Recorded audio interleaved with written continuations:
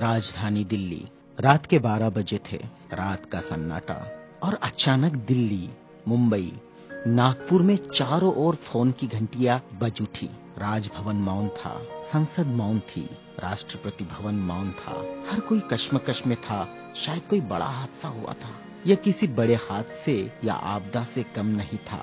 कोई अचानक हमें छोड़कर चला गया था, जिसके जाने से करोड़ों लोग दुख भरे आंसुओं से विलाप कर रहे थे। देखते ही देखते मुंबई की सारी सड़कें भीड़ से भर गई। पैर रखने की भी जगह नहीं बची थी मुंबई की सड़कों पर, क्योंकि पार्थिव शरीर मुंबई लाया जाना था और अंतिम संस्कार भी मुंबई में ही होना था।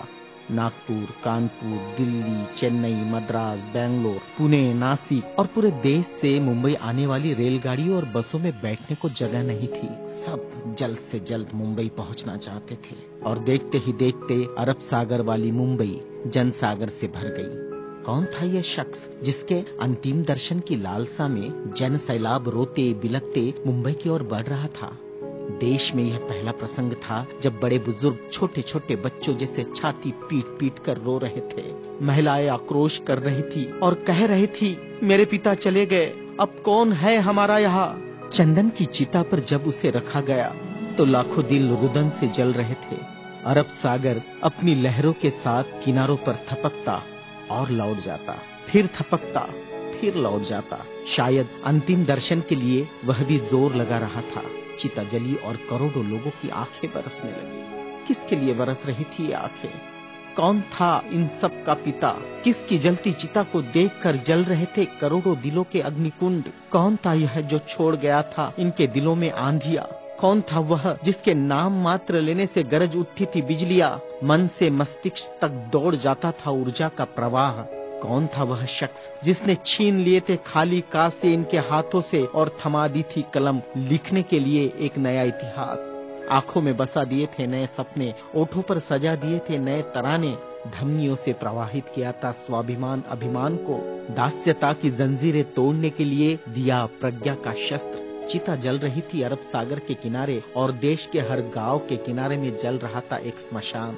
हर एक शख्स की आंखों में और दिल में भी जो नहीं पहुंच सका था अरब सागर के किनारे, एक टक देख रहा था वह उसकी प्रतिमा या गांव के उस झंडे को जिसमें नीला चक्र लहरा रहा था।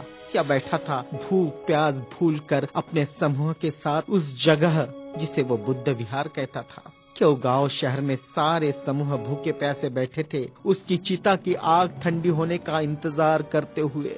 कौन सी आग थी जो वह लगाकर चला गया था?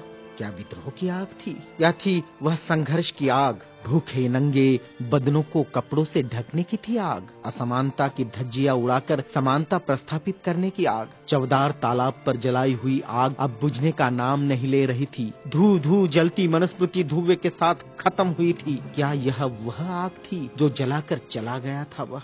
सारे ज्ञानपीठ, स्कूल, कॉलेज मरुभूमि जैसे लग रहे थे। युवा युवतियों की कलकलाहट आज मौन थी। जिन्होंने हाथ में कलम थमाई, शिक्षा का महत्व समझाया, जीने का मकसद दिया, राष्ट्र प्रेम की ओतप्रोत भावना जगाई, वह युगंधर, वह प्रज्ञा सूर्य काल के कपाल से ढल गया था। जिस प्रज्ञा तेज ने चेहरे पर रोशनियां बखेरी थी, क्या वह अंधेरे में गुम हो रहा था? बड़ी अजीब कश्मकश थी। भारत का महान पत्रकार, अर्थशास्त्री, दूरदृष्टा क्या दृष्टि से ओझल हो जाएगा? सारे मिलों पर ऐसा लग रहा था जैसे हड़ताल चल रही हो। सुबह शाम आवाज देकर जगाने वाली धुआं भरी चिमनियां भी आज चुपचाप थी। खेतों में हल नहीं चला पाया किसान। क्यों? सारे ऑफिस, सारे कोर्ट, सारी कचहरियां सूनी हो गई, जैसे सुना हो जाता है बेटी के विदा होने के बाद बाप का आंगन। सारे खेतीहर मजदूर, किसान असमंजस में थे। ये क्या हुआ? उनके सिर का छत्र छीन गया। वह जो चंदन की चिता पर जल रहा है, उसने ही तो जलाई थी जबरान जोत। मजदूर आंदोलन का वही तो था आधुनिक भारत में मसीहा। सारी मिलों पर होती थी जो हड़तालें आंदोलन अपने अधिकारों के लिए, उसकी प्रेरणा भी तो वही था जिसने मजदूरों को अपना स्वतंत्र पक्ष दिया और संविधान में लिख दी वह सभी बातें जिन्होंने किसानों, खेतीहारों, मजदूरों के जीवन में खुशियां बखेरी थी। इधर नागपुर की दीक्षा भूमि पर मातम पसरा था। लोगों की चीखें सुनाई दे रही थी, बाबा चले गए, हमारे बाबा चले गए। आधुनिक भारत का वह सपुत्र है जिसने भारत में लोकतंत्र का बीजारोपण किया था, जिसने भारत के संविधान को रचकर भारत को लोकतांत्रिक गणराज्य बनाया था, हर नागरिक को समानता, स्वतंत्रता और न्याय का अधिकार दिया था, वोट देने का अधिकार देकर देश का मालिक बनाया था।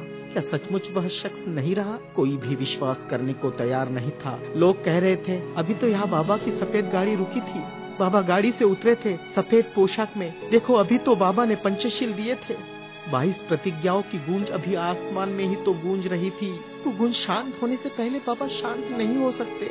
भारत के इतिहास ने नई करवट ली थी। जनसैलाब मुंबई की सड़कों पर बह रहा था। भारतीय संस्कृति में तुच्छ कहलाने वाली नारी, जिसे हिंदू कोड बिल का सहारा बाबा ने देना चाहा और फिर संविधान में उसके हक आरक्षित किए, ऐसी माँ बहनें लाखों की तादाद में स्मशान भूमि पर थी। यह भारतीय सड़ी गली धर्म परंपराओं के मुंह पर एक जोरदार तमाचा था, क्योंकि जिन महिलाओं को स्मशान जाने का अधिकार भी नहीं दिया, ऐसी 3 लाख महिलाएं बाबा के अंतिम दर्शन को पहुंची थी, जो अपने आप में एक विश्व विक्रम था। भारत का यह युगंधर, संविधान निर्माता, प्रज्ञा तेज, प्रज्ञा सूर्य, महासूर्य, कल्प पुरुष नव भारत को नव चेतना देकर चला गया। एक ऊर्जा स्रोत देकर, समानता, स्वतंत्रता, न्याय, बंधुता का पाठ पढ़ाकर, उस प्रज्ञा सूर्य की प्रज्ञा किरणों से रोशन होगा हमारा देश, हमारा समाज और हम। और पूरे विश्वास के साथ हम आगे बढ़ेंगे हाथों में हाथ लिए, मानवता के रास्ते पर, जहाँ कभी सूर्यास्त नहीं होगा, जहाँ कभी सूर्यास्त नहीं होगा, जहाँ कभी सूर्यास्त नहीं होगा।